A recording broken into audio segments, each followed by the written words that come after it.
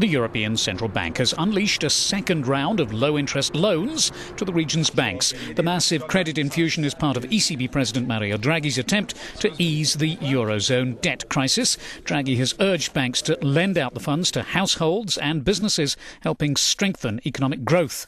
Since December, the ECB has injected more than €1 trillion into the financial system.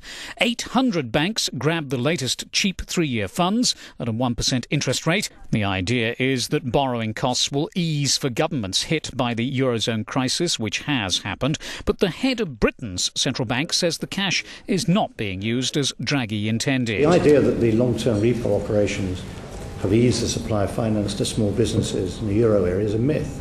What it's done is to provide a source of funding to banks, particularly in the southern member countries of the euro area, which were experiencing a bank run, enabling them to fund the withdrawal of funds that was occurring and was a bank run essentially in the second half of last year. And that money is flowing to banks in the northern part of Europe. Some banks in financially pressed countries such as Italy and Spain do appear to have used the cheap money to buy government bonds. And that has brought down borrowing costs, especially on shorter-term bonds, and has taken some of the pressure off governments such as Spain and Italy. The ECB hopes that that trend will accelerate with some of the new money being made available. Indeed, as it released the new cash, the cost of borrowing for Rome and Madrid continued to fall.